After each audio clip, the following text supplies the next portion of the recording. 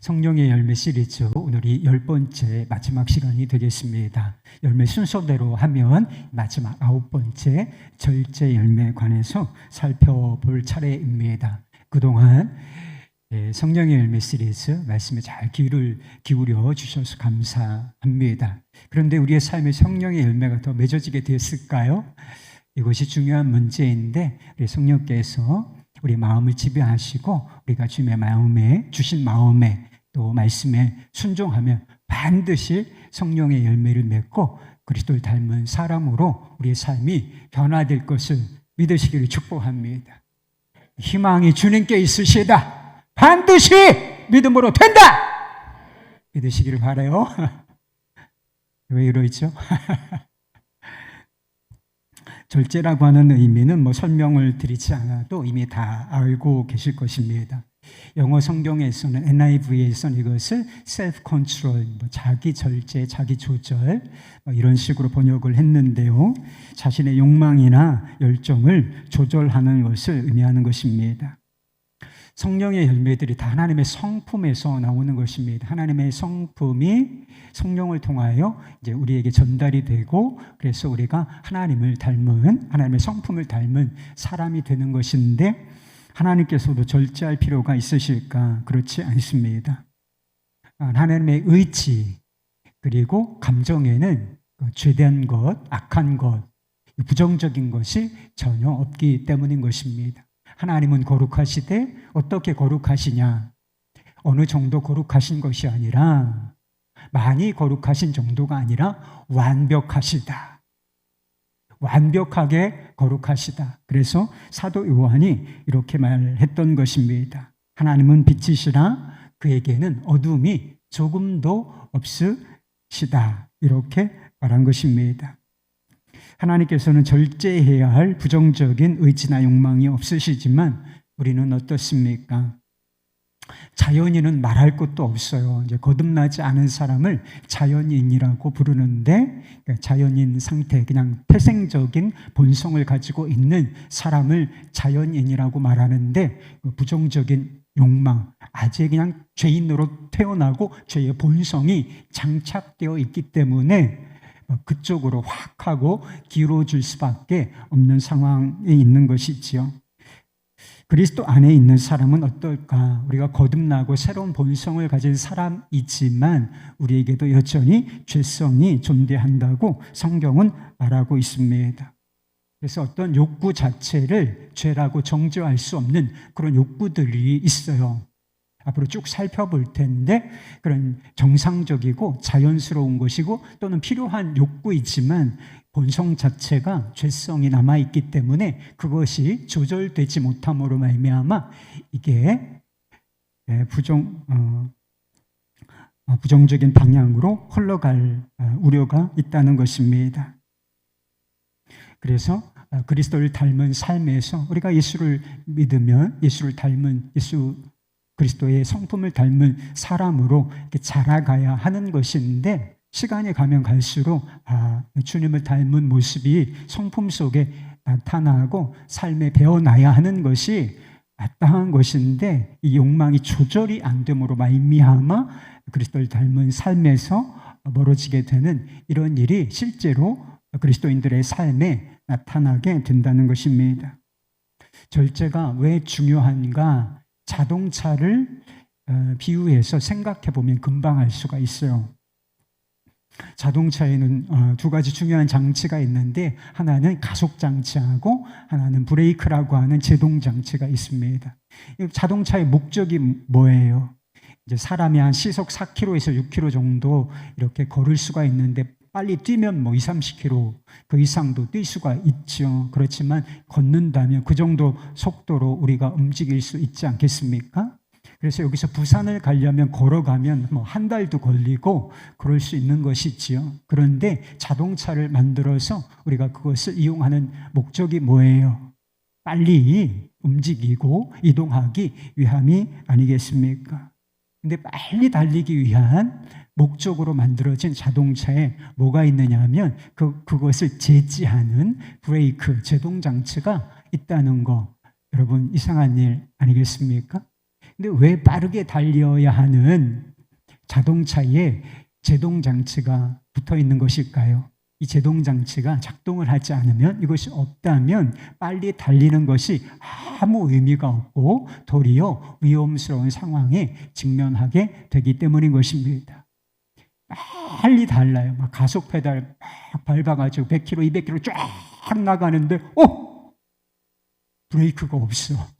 또는 브레이크가 고장났어. 그럼 난리 나는 거잖아요. 그 순간 브레이크가 고장났다라고 하는 것을 아는 순간 공포에 휩싸이게 돼요.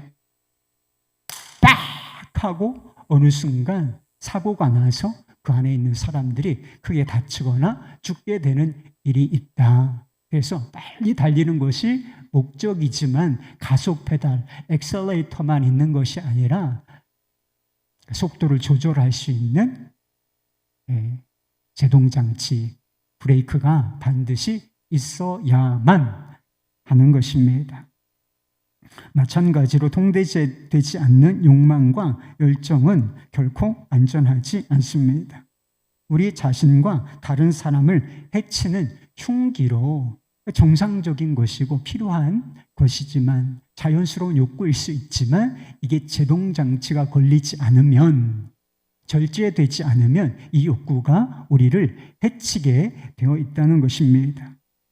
요즘 중독이라고 하는 말을 자주 들을 수가 있죠. 중독이 다른 어떤 사람의 이야기인가? 그렇지가 않아요. 중독은 보편화된 일인 것입니다.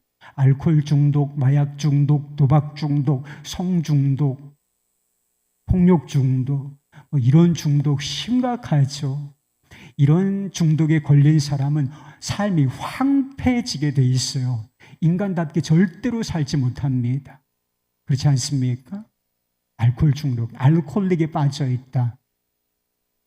본인은 물론이고 가족들 다 힘들게 만들게 되어 있다는 것입니다. 정상적인 삶이 어렵게 되어 있다는 것이죠. 그런데 이런 중독만 중독이라고 생각하면 안 된다는 것이죠. 드라마 중독도 있고 쇼핑 중독도 있으며 게임 중독도 있고 인터넷 중독, 스마트폰 중독, 심지어 일 중독까지 있습니다. 여러분, 일 중독은 괜찮을 것 같죠? 열심히 일하는 게 뭐가 문제예요?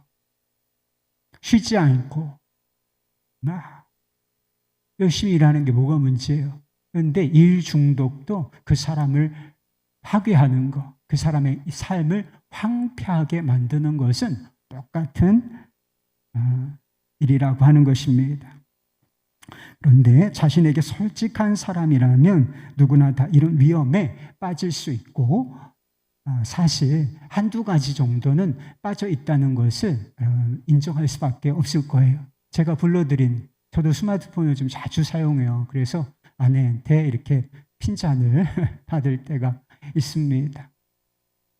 이렇게 사소한 것처럼 보이지만 우리의 삶을 좀먹고 있으며 그리고 우리의 삶을 부정적으로 이끌어가는 것들이 다 존재하고 있다는 것을 우리도 인정할 수 있어야 한다는 것입니다.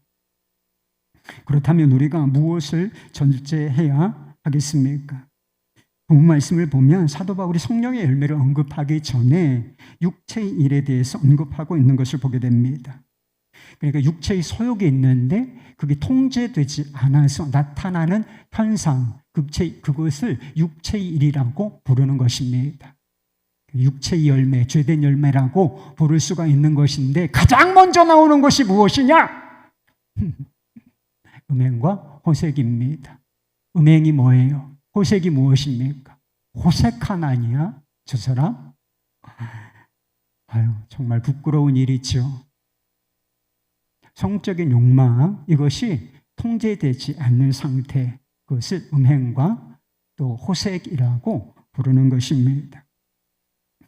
성욕은 자연스러운 것이고 대단히 강력한 욕망인 것입니다.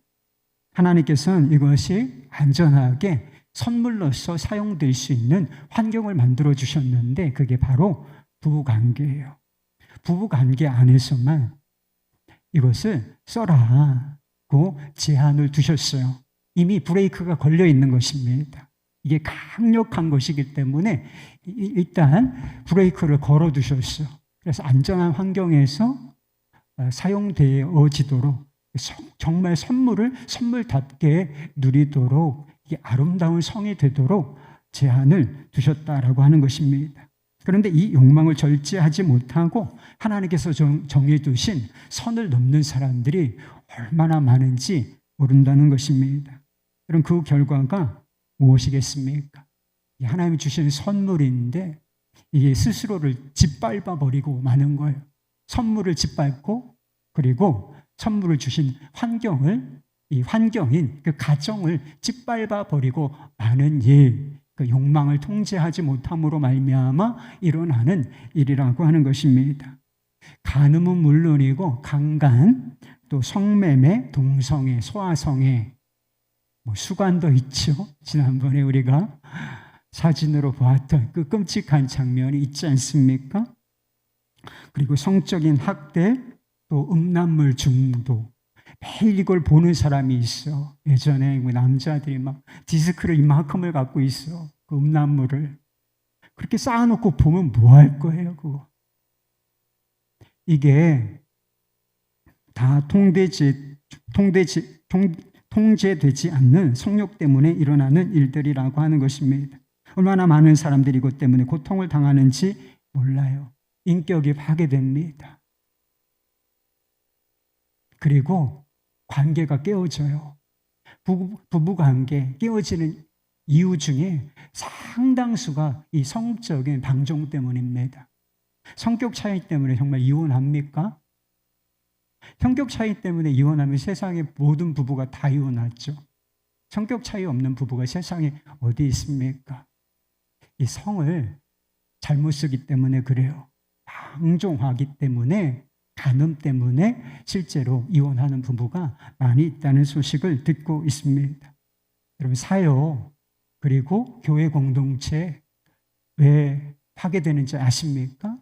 상당 부분이 다 이 문제, 성적인 문제, 통제되지 않는 성욕, 이것 때문에 일어나고 있다는 것을 우리가 주변에서 보고 있다는 것입니다. 하나님의 마음에 맞는 사람이라 이런 평가를 받았던 사람이 바로 다윗이에요.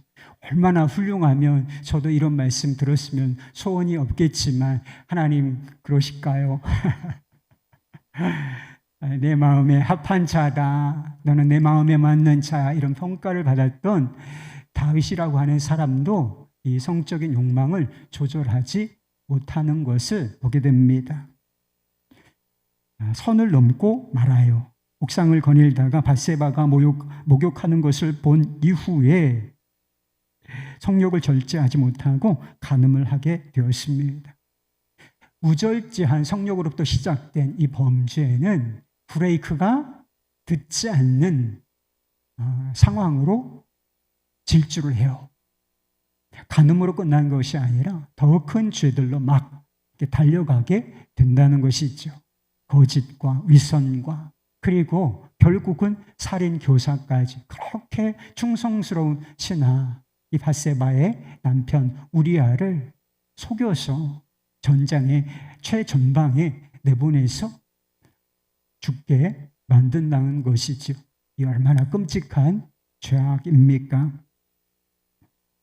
다윗이 하나님께 용서를 받았을까요? 이 간음의 죄에 대해서, 살인 교사에 대해서 용서를 받았겠습니까?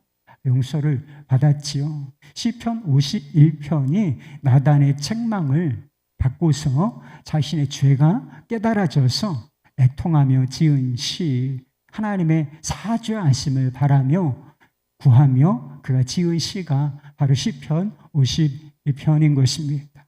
구원의 감격을 회복시켜 주시고 성령의 능력을 회복시켜 주십시오. 저를 버리지 말아 주십시오. 라고 하는 간절한 기도를 드린다는 것이지요. 하나님께서 회개하는 자에게 용서, 사죄의 은총을 베푸셨지요. 그러니까 우리가 알고 있는 다윗이 존재할 수 있게 된 것입니다.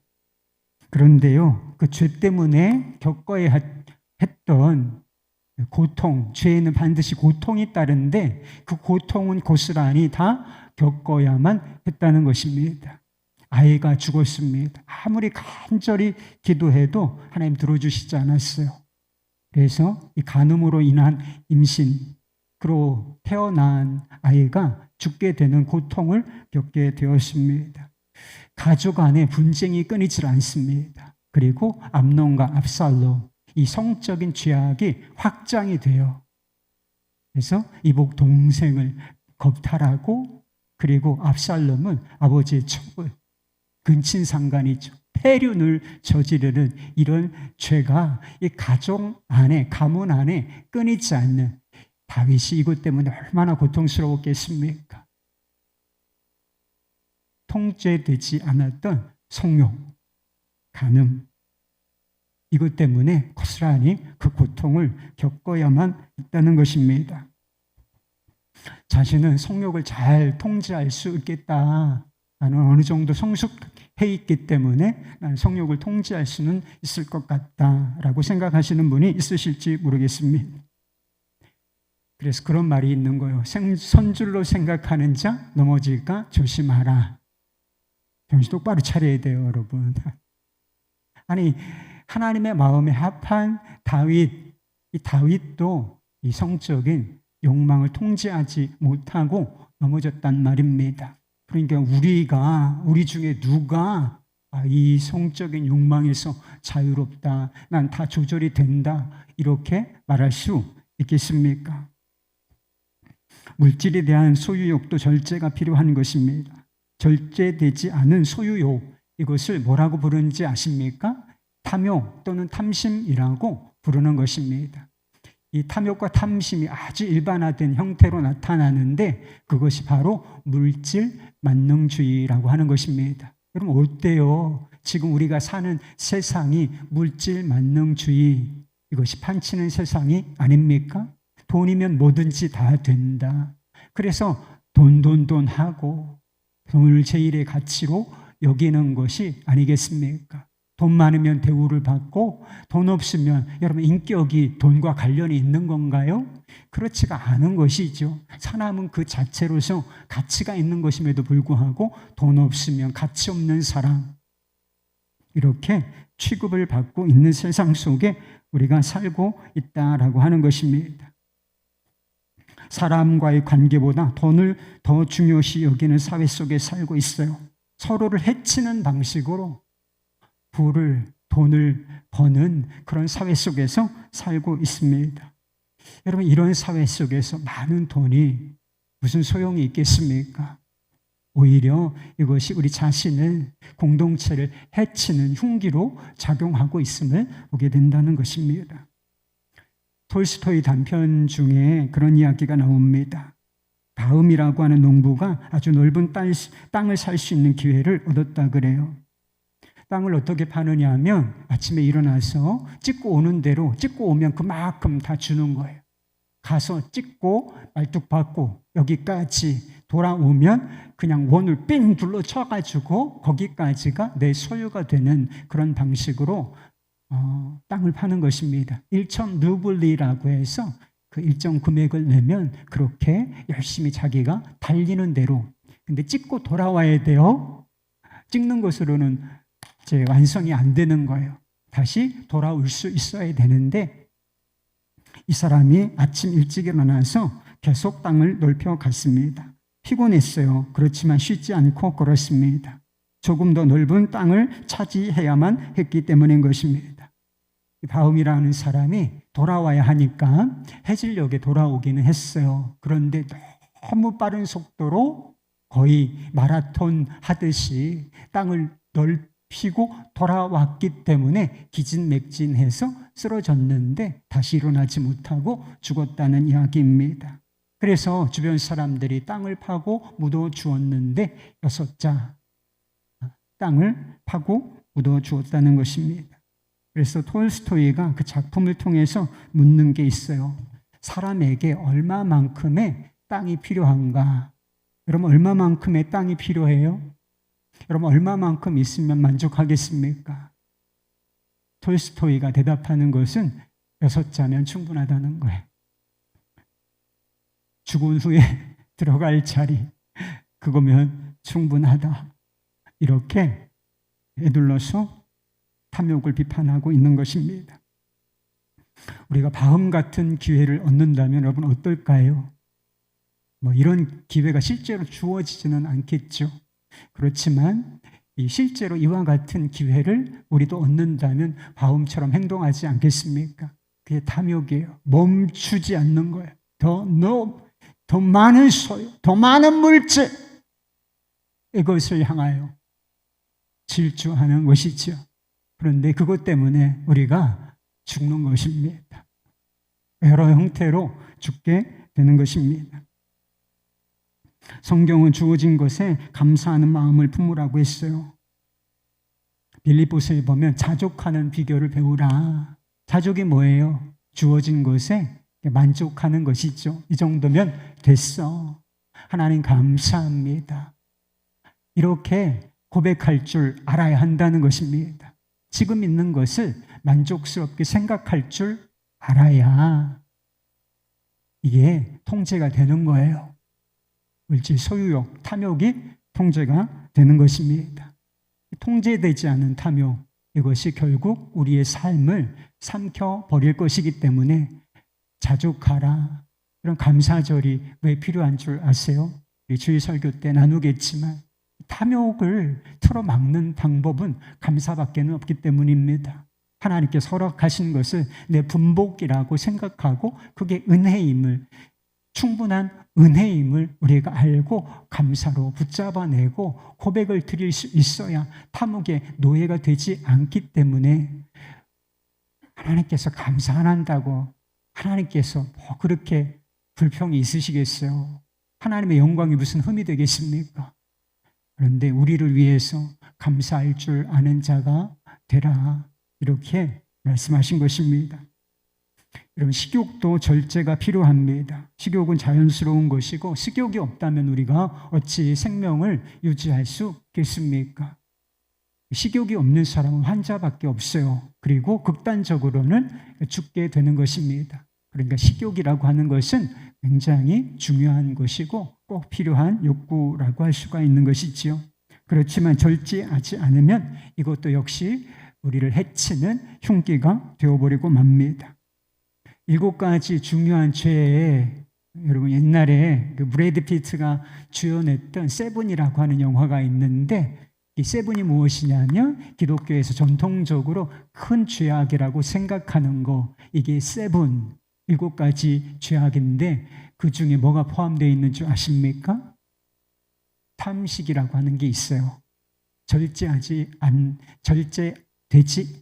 식욕, 이 탐식이 굉장히 큰 죄에 속한다라고 하는 것입니다.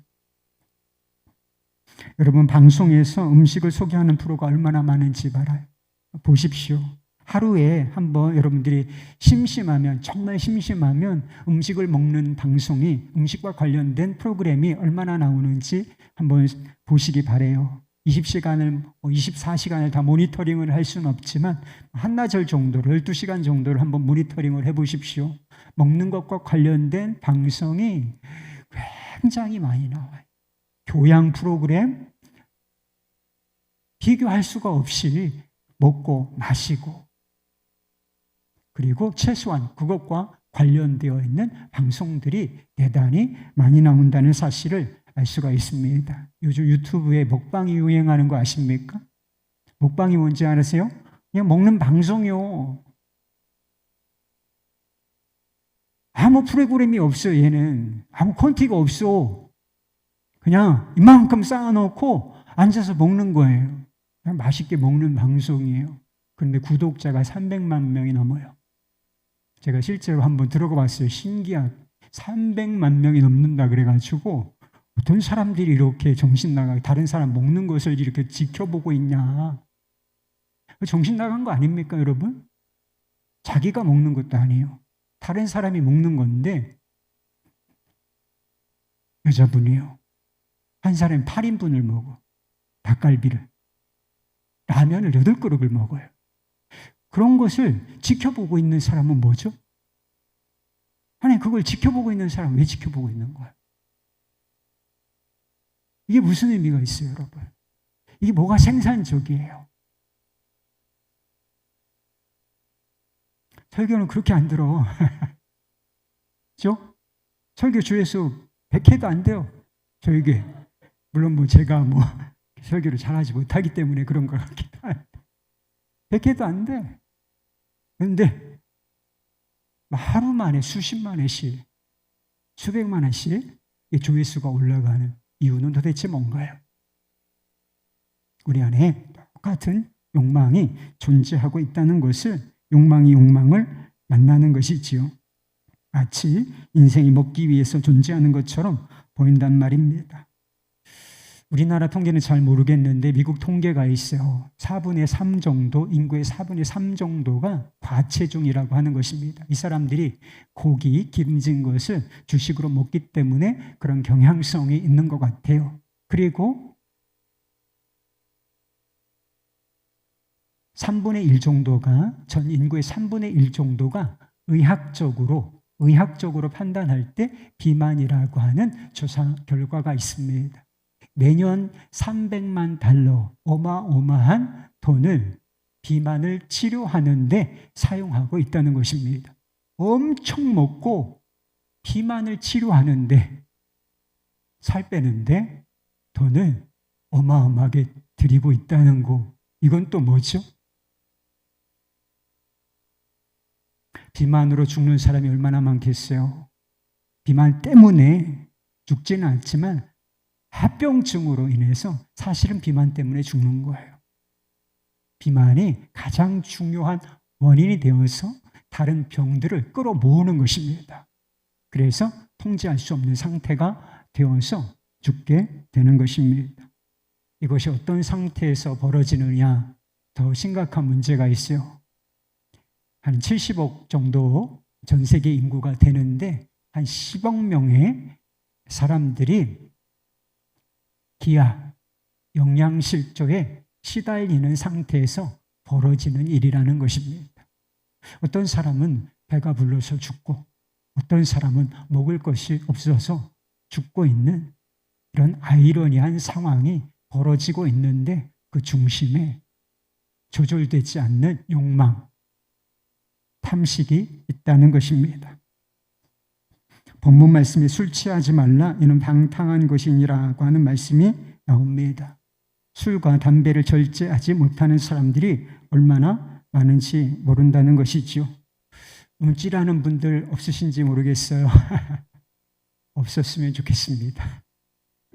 정신분석학의 아버지라고 불리는 분이 있는데 프로이트라고 하는 심리학자입니다. 대가예요. 정신분석학의 기틀을 만들어낸, 그전에는 그런 개념이 없었는데 정신분석학이라고 하는 이 학문의 틀, 심리학의 틀을, 그래서 지금도 이것이 심리학의 근간이 되고 있어요. 상담, 이것이 기독교 안에도 불신앙적인 것인데, 하나님 없는 학문인데 이것이 막 교회 안에까지 들어와 있는 상황을 보게 됩니다. 인간의 정신 상태를 얼마나 세밀하게 분석했는지 모릅니다. 이 사람이 중독이 뭔지를 몰랐겠습니까? 이 사람이 중독의 폐해가 무엇인지를 몰랐겠어요? 다 알았죠. 그런데 이 사람이 담배의 중독이 인이 막혔다고 하죠. 애연가였는데 담배를 너무 좋아했다는 것입니다. 담배를 사랑하는 마음이 그가 쓴 글에 나타나 있기도 합니다. 담배가 해롭다는 것을 아니까 끊으려고 시도를 했는데 실패했어요. 금연에 실패하고 도리어 우울증에 걸리게 됩니다. 그 금단 현상이 깊어졌던 모양이에요. 그래서 이것을 해결하기 위해서 코카인, 지금은 이게 불법이지만 그 당시에는 합법이었다 그래요. 코카인에도 손을 대고 코카인에도 깊이 빠지게 되는 문제를 겪었다는 것입니다. 결국은 담배를 못 끊었어요. 이게 질병을 가져오는데 구강암에 걸리게 되었습니다. 39차례 심각한 수술을 받게 되었는데 이 정도면 담배 끊어야죠. 안 그렇습니까? 구강암이 걸렸는데 담배 피고 있을 사람 있어요? 근데 이게 중독성이 얼마나 강한지, 그래서 담배 끊는 사람 독하다고 하는 거예요. 담배를 못 끊어요. 나중에 이 턱을 빼버립니다. 턱을 제거하는 수술을 했음에도 불구하고 그가 담배를 끊지 못하는 상황이 되어버렸습니다. 그로 인한 고통을 이겨내지 못하고 어떤 선택을 하느냐, 의사 친구가 있었는데 몰핀을 치사량 주입해 달라고 요청을 했어요. 그래서 스스로 안락사를 선택하게 되었습니다. 여러분, 술, 담배가 해롭다는 사실을 모르십니까? 정신분석학 아니고도, 전문가 아니고도 술, 담배가 해롭다는 것쯤은 알 수가 있어요. 문제는 이것을 통제할 수 있느냐, 조절할 수 있느냐라고 하는 것입니다. 술 취하지 말라 그랬지, 언제 술 먹지 말라 그랬어? 한 잔씩 하실 거예요? 지금 끔찍한 이야기 들려드렸는데 통제가 안 돼요, 여러분. 조절하기 쉽지가 않다는 것입니다. 그것이 중독의 위험이라는 것입니다.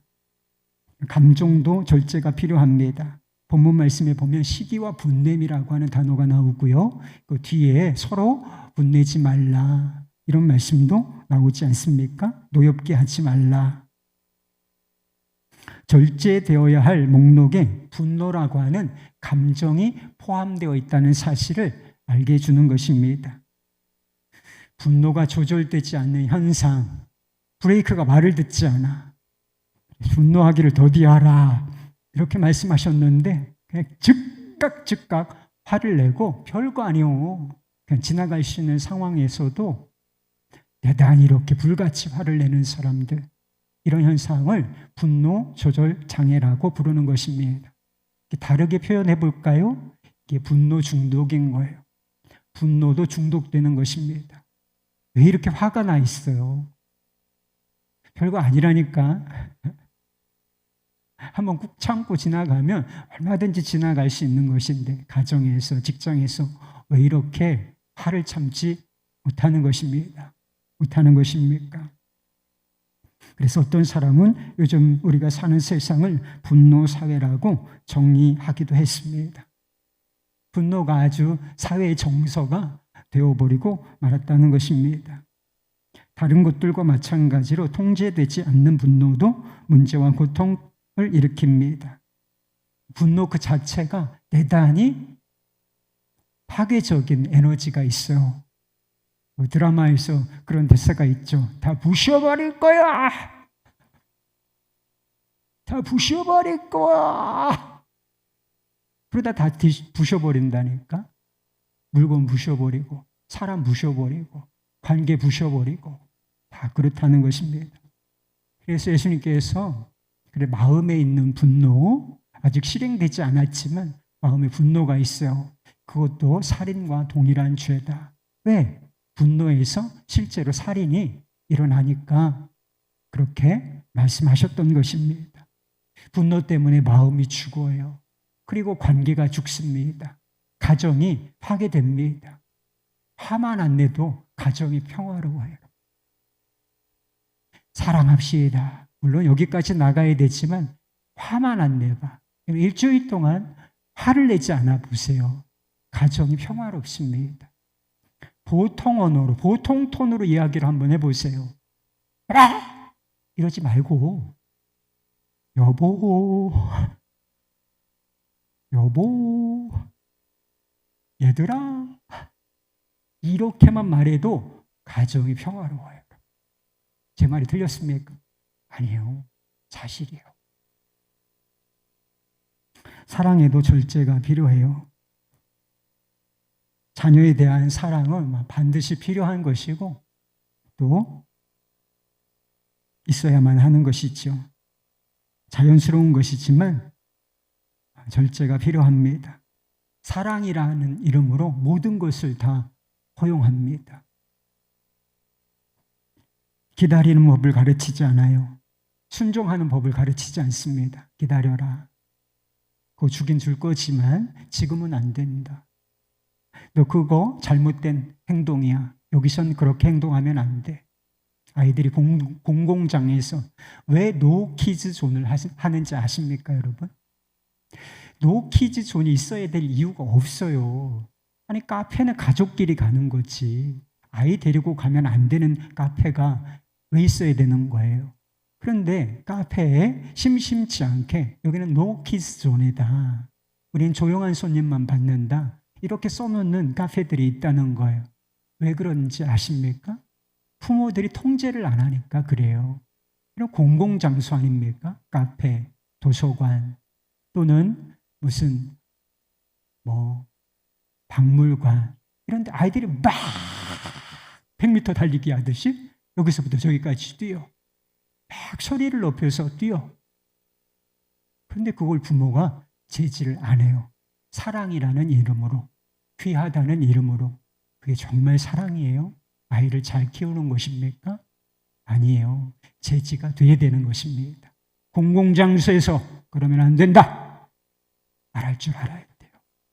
그래서 아이들이 그렇게 교육을 받으면 노키즈 존이 필요가 없다는 거예요. 가족끼리 가서 차 마시고 그리고 대화하고 얼마든지 조용하게 그렇게 보낼 수가 있다는 것입니다. 어떤 집사님이 회사를 운영하시는 분이 계셨는데 자신이 겪은 황당한 경험을 이야기를 해 주시더라고요. 입사한 지 얼마 안 되는 신입사원이 있었다는 거예요. 그런데 어느 날 출근을 안 하더래요. 출근을 안 해가지고 무슨 문제가 있나 이렇게 생각을 하고 있었는데 전화가 왔는데 본인한테 온 게 아니고 엄마한테 왔대요. 엄마가 전화를 하셔가지고 오늘 우리 아이가 아파가지고 출근을 못하니까 그렇게 하시라고 하는 전화가 왔다는 거예요. 20대 후반, 30대가 됐을지도 모르지. 아무리 아파도 자기가 전화를 못합니까? 마마보이예요? 엄마가 대신해줘. 이런 사람에게 회사에서, 사회에서 무슨 큰일, 중대한 일을 맡겨줄 수 있겠습니까? 도무지 신뢰가 가지 않는다. 그러한 이야기를 들은 적이 있습니다. 또 한 가지 절제 열매가 맺어져야 하는 곳이 바로 중요한 영역이 있는데 우리의 말과 혀예요. 여러분 어때요? 여러분은 말과 언어를 좀 절제하고 계십니까? 혀가 좀 통제가 되시나요? 하고 싶은 말이 있어. 막 나올 뻔했어. 그런데 그거는 유익한 말이 아니니까 이거는 하나님은 기뻐하시는 말은 아니니까 하지 말아야 되겠다. 여기까지 올라왔다가 절제가 된 경험이 종종 있으십니까? 한 번 아니고 종종 있어야 돼 이게. 여러분 열린 입이라고 막 말하면 되나요? 사람이 꼭 몽둥이로 맞아서 몽이 드는 게 아닙니다. 어디가 부러지는 것이 아니에요. 말 몽둥이로 맞아도 마음에 더 큰 멍이 들고 상처가 생기게 돼 있는 것입니다. 사람이 꼭 날카로운 칼에 찔려야 피를 흘리고 죽는 게 아니에요. 혀 밑에 도끼 있다. 혀가 날카로운 칼이 되어서 사람의 마음을 확 쑤셔놓는다는 거예요. 그래서 보이지 않지만 피를 흘리고 죽어가는 사람들이 얼마나 많은지 모른다는 것입니다. 그래서 야고보가 혀를 뭐라고 했느냐 하면 쉬지 아니하는 악이요 죽이는 독이다. 이렇게 말하기도 한 것입니다. 그렇다면 이 욕망, 열정들을 어떻게 절제할 수가 있겠는가? 이것이 중대한 문제가 아니겠습니까? 중요한 사실 한 가지가 있어요. 우리의 힘으로 안 된다는 사실을 인정하는 것입니다. 다르게 표현해서 이것이 성령의 열매고 성령께서 맺게 하시는 열매다라고 하는 진리를 탁 하고 붙잡는 거, 이걸 놓지 않는 거, 이것으로부터 시작이 되는 것입니다. 여러분 다른 종교에서도 또는 철학에서도 절제의 중요성에 대해서 말하겠습니까? 거기서 절제하라는 가르침이 있을까요? 물론입니다. 불교는 고통의 원인을 아주 절제되지 않는 욕망 때문이라고 말해요. 그래서 참선, 수행, 욕망은 원래 없는 거야. 욕망 때문에 고통을 당해. 비우고 또 비우고. 옴마니 환묘옴 야미아미타불 뭐 이러면서 욕망을 비워내는 거예요. 비워내라. 그래서 그 욕망으로부터 자유로워지라. 이렇게 가르친단 말입니다. 플라톤 철학, 아리스토텔레스 철학이 지금도 철학의 흐름을 주관하고 있어요. 아리스토텔레스가 어떻게 가르쳤는지 아십니까, 여러분? 겸손은 미덕이라고 생각하지 않았어요. 그런데 이 절제라고 하는 것은 대단히 중요한 덕이라고, 인간이 갖추어야 할, 수준 있는 사람이라면 갖추어야 할 덕이라고 생각했다는 것입니다. 그래서 행복해지고 싶다면 과유불급이라고 하는 말이 있죠. 그래서 좌로나 우로나 치우치지 않는 중용이라고 불러요. 균형 잡힌 상태. 정말 행복해지고 싶다면 중용의 상태를 유지하라. 이렇게 가르치고 있습니다. 어떻게 중용의 상태, 그리고 과도한 욕망, 열정 이런 것을 절제할 수 있느냐? 이성이라는 것이 있어. 그래서 이성의 가치를 높이 평가하고 이성으로 하여금 욕망, 감정 이런 것들을 다 통제하도록 하라. 그렇게 말하면서 중용의 덕. 바리새인들을 생각해 보면 이 위험성을 금방 알 수가 있어요. 이 바리새인들은 일주일에 금식을 2번 하는 사람들이었습니다. 원래 1년에 1번 하면 된다 그랬잖아요. 그런데 이 사람들은 1년에 2번 한 게 아니고 한 달에 2번 한 것도 아니고 일주일에 2번씩 했다는 것입니다. 금식 해보신 분들은 알겠지만 이 금식이 얼마나 어렵습니까? 음식이 막 몸으로 당기죠. 막 이렇게. 어느 순간에 먹는 것만 생각나죠. 그렇게 음식 조절하는 거 쉬운 거 아니에요. 근데 그 음식을 따박따박 아주 훈련을 통해서 매주 2번씩 해냈습니다. 그리고 하나님 기뻐하시지 않는 일이라고 생각하는 것, 율법에서 금지하는 일들을 하지 않기 위해서 얼마나 또 노력을 했는지 모릅니다. 이들의 노력이 성공적이었을까? 외적으로는 대단히 성공적인 것처럼 보였습니다. 그러나 그 훈련이 그들의 경건에 득이 된 것이 아니라, 유익이 된 것이 아니라 독이 되었다라고 성경은 말하고 있습니다. 겸손해지는 것이, 그러면 절제가 되면 겸손해지는 것이 합당한데 겸손해지기는커녕 교만해졌다는 것입니다. 금식의 정신은 사랑이고 겸손이에요. 그런데 사랑의 열매를 맺지 못하고 도리어 교만해지고 다른 사람 비판하고 정죄하기를 얼마나 좋아했는지 모른다는 것입니다. 이 사람들은 다른 것에는 중독되지 않았어요. 그런데 가장 무서운 중독, 자아 중독, 교만 중독, 비판 중독에 빠진 사람들이었다는 것입니다. 바리새인들이 예수님 보고 어떻게 말할 정도였는지 아십니까? 누가복음 7장 33절 34절 예수님께서 직접 말씀하신 거예요. 세례 요한이 와서 떡도 먹지 아니하며 포도주도 마시지 아니하며 너희 말이 귀신 들렸다 하더니 인자는 와서 먹고 마시매 너희 말이 보라 먹기를 탐하고 포도주를 즐기는 사람이요 세리와 죄인의 친구로다 하니, 먹고 마시는 예수님 보고 절제할 줄 모르는 인간, 탐식하는 인간, 수준 낮은 인간, 이렇게 비판을 했다는 것입니다. 얼마나 무서워요, 여러분. 기도 열심히 하면서 기도하지 않는 사람들 잘 되나 봐라. 기도도 안 하는 게 무슨 신자예요. 금식하면서 금식하지 않는 사람 비판하고, 여러분 그거 경건 아닙니다. 가짜 경건이에요. 가끔 텔레비전 보지 않는다고, 텔레비전 끊었다고 이렇게 자랑하듯이 이야기하는 사람들이 있습니다. 인터넷 뉴스 끊었다, 드라마 끊었다, 인터넷 끊었다, 그렇게 뭘 끊었다고 자랑하듯이 이야기하는 사람이 있어요. 못 끊은 것입니다. 경건에 도움 안 돼요. 그런 사람은 TV 봐야 돼요. TV 보고서 겸손해지는 편이 훨씬 낫습니다.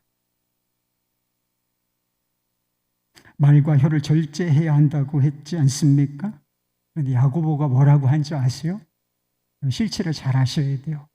우리의 수준을 잘 알아야 된단 말이에요. 그 열매 맺는 첫 번째 조건이에요. 무서운 야생 짐승도 길을 들인다는 거예요. 야생마 또는 어떤 커다란 코끼리, 이런 야생 짐승들, 맹수들까지 사자를 얌전하게 애완동물처럼 기르는 사람들이 있더라니까요. 그런데 아무리 노력해도 길들여지지 않는 게 있으니 그게 바로 새 지혈하는 것입니다. 통제가 안 된다는 거예요. 알코올 중독자, 마약 중독자만 스스로 통제하지 못하는 게 아닙니다. 정도의 차이가 있을 뿐이지 이성과 우리 의지로는 부정적인 감정과 욕망을 통제할 수가 없습니다. 겉으로는 통제하는 흉내를 낼 수는 있지만 바리새인들처럼 실제로 그 본질까지 통제해내지는 못한다는 것입니다. 절제 열매를 만들어내지는 결코 못할 것이다. 세상의 모든 종교와 철학이 자력 구원을 말하고 있습니다. 내 힘대로 한번 해봐라. 수련! 이성의 가치를 존중하라. 알았지요? 그러나 기독교는 자력 구원 포기하라는 거예요. 타력 구원의 종교예요. 은혜 없으면 안 된다는 거예요. 십자가 없으면 안 된다는 것입니다.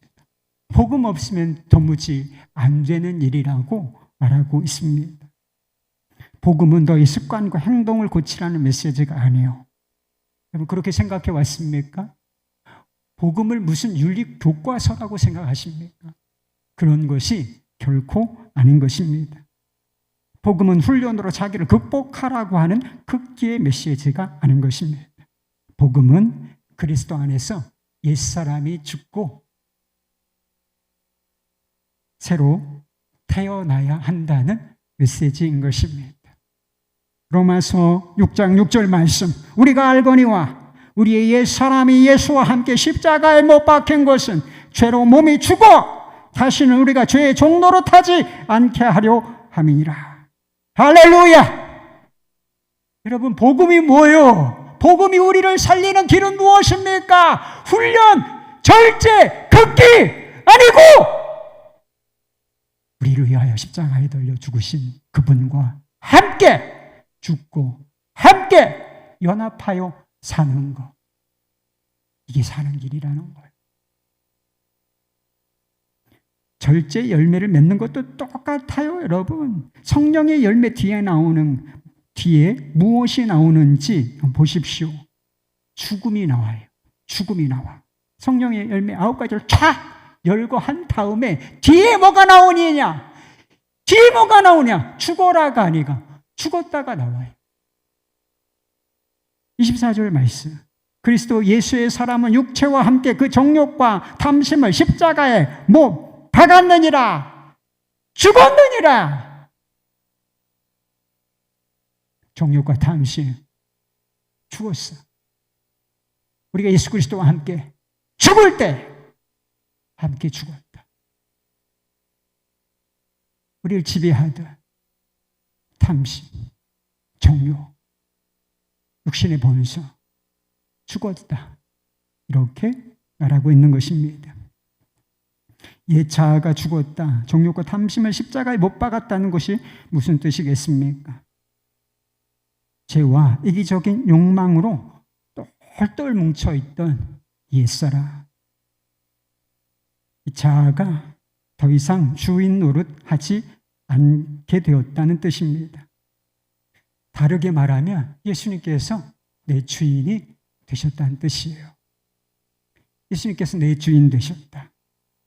내가 자아의 지배를 받는 것이 아니라 거룩하신 성령의 통치와 지배를 받게 되었다라고 하는 것입니다. 그것이 25절에 나오는 성령으로 살고 행하라 하고 하는 말씀의 뜻인 것입니다. 성령께서 우리를 통치하시게 되면 여러분 욕망이 사라지게 되나요? 욕망은 있는 것입니다. 식욕도, 성욕도, 소유욕도, 감정도 다 있는 것입니다. 다만 그것이 성령의 권위 안에 있는 거예요.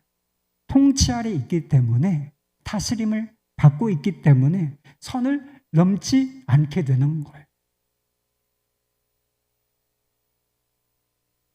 감정이 성령의 통치를 받고 육신의 욕망이 성령의 통치를 받기 때문에 선을 지킬 수가 있단 말이에요. 하나님이 지켜주신 선, 여기 넘지 마. 자아의 지배를 받으면 이게 브레이크가 안 걸린다니까요. 욕망으로 질주하게 돼 있습니다. 그런데 성령께서 그 육신의 욕망 위에 권위를 갖고 계신단 말이에요. 안 된다. 그런 감동을 주시면 거기서 브레이크가 걸려서 선을 넘지 않게 되는 것입니다. 그리고 도리어 욕망이나 열정의 방향이 하나님을 기쁘시게 하고 이웃을 유익하게 하는 방향으로 선회를 하게 되는 것입니다. 하나님을 사랑하라. 이웃을 사랑하라. 이게 하나님의 뜻이잖아요. 우리 안에 오신 성령께서 우리를 이 방향으로 이끌고 가실 것이 분명하지 않겠습니까? 그러니까 욕망의 지배를 받지 않고 하나님이 기뻐하시는 것이 무엇입니까? 이웃을 유익하게 할 것이 무엇입니까? 이런 지향성을 갖게 된다는 뜻인 것입니다. 보디발의 아내가 유혹할 때 요셉은 욕망의 노예가 되지 않습니다. 요셉이 성욕이 없었기 때문이에요? 그가 절제력이 강했기 때문이겠습니까? 요때가 10대 후반쯤 돼요. 20대 초반쯤 될 겁니다. 아니 무슨 절제력이 그렇게 강해서 이 성적인 욕망을, 그 유혹을 이겨낼 수 있다는 말입니까? 어림도 없는 일이지요. 다만 그가 이 욕망의 노예가 되지 않을 수 있었던 것은 그 유혹의 순간에 주님과 이 주인 간의 신뢰 관계. 주인님은 어떻게 하십니까? 이건 주인한테 잘못하는 일이다. 그리고 궁극적으로 그 순간에 하나님을 의식하고 있었다는 것. 이건 하나님께 범죄하는 것입니다. 하나님이 기뻐하시지 않는 일입니다. 자기 의식 속에 하나님께서 살아계시고 하나님께서 그의 마음을 지배하고 계셨기 때문에 욕망은 강하고 유혹은 강하지만 선을 넘지 않을 수가 있었다라고 하는 것입니다. 유명한 설교자인 스펄전 목사님 애연가였대요. 담배를 피우는 그런 분이셨다는 것이죠. 그런데 어느 날 담배 가게를 지나가는데 그런 광고가 눈에 띄었다는 것입니다. 스펄전 담배라고 하면서 담배를 광고하는 그런 광고가 눈에 띄었다는 것입니다. 깜짝 놀랐어요. 내가 복음을 전하는 사람이고 사람들이 내가 전하는 복음에 관심을 가져야 되는데 이 상황은 뭔가? 사람들이 내가 전한 복음이 아니라 내가 피는 담배에 관심을 갖고 있구나. 내가 복음의 영광을 가리고 있네. 내가 다른 사람들에게 부정적인 영향을 주고 있구나. 이 생각이 탁 들어와서 그 끊기 어렵다는 담배를 끊었다는 것입니다. 어떤 분이 집사님이 친구에게 전도를 하는데 친구가 핀잔을 주더래요. 너는 담배도 못 끊으면서 나한테 전도를 다 하냐? 충격을 받았어요. 담배를 끊었을까요? 끊었다는 것입니다. 이를 악물고 끄는 것이 아니라 이게 복음 전파에 걸림돌이 되는구나. 내가 잘못하고 있구나. 라고 하는 생각이 들어서 복음을 당당하게 전하고 싶어서 담배를 끊었다라고 하는 이야기도 들었습니다.